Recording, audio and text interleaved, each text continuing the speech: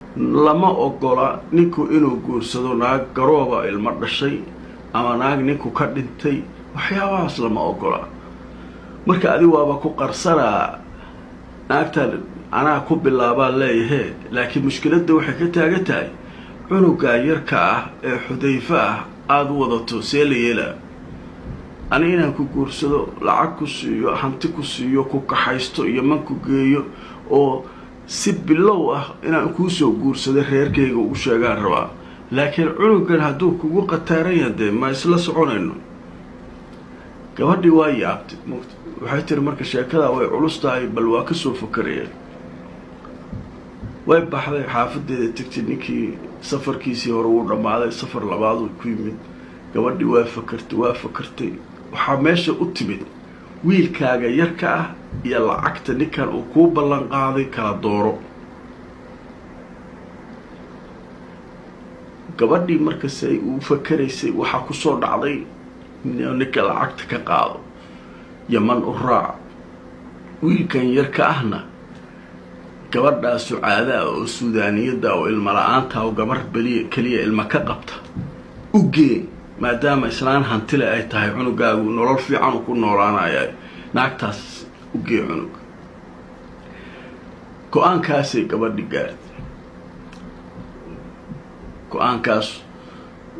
qalad iyo sax wuxuu u ahaadaba way ku adkaysatay ninkii waa yimid haye wuxuu yiri go'aan ma gaartay markaas waxay tiri haa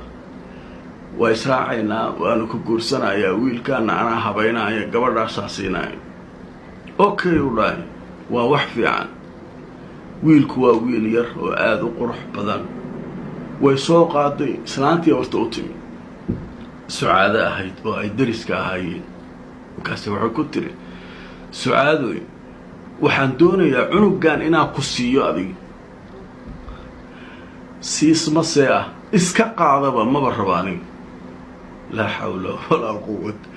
oo adiga maskaxiyad ma fiyowdahay mise waxba ka qaldareelaa qof dhan cunugu dhalay oo curadkiisi ah oo cunugiisi ugu horeeyay ah inta soo qaado qof dhahaya iska qaado ma rabi aniga maxay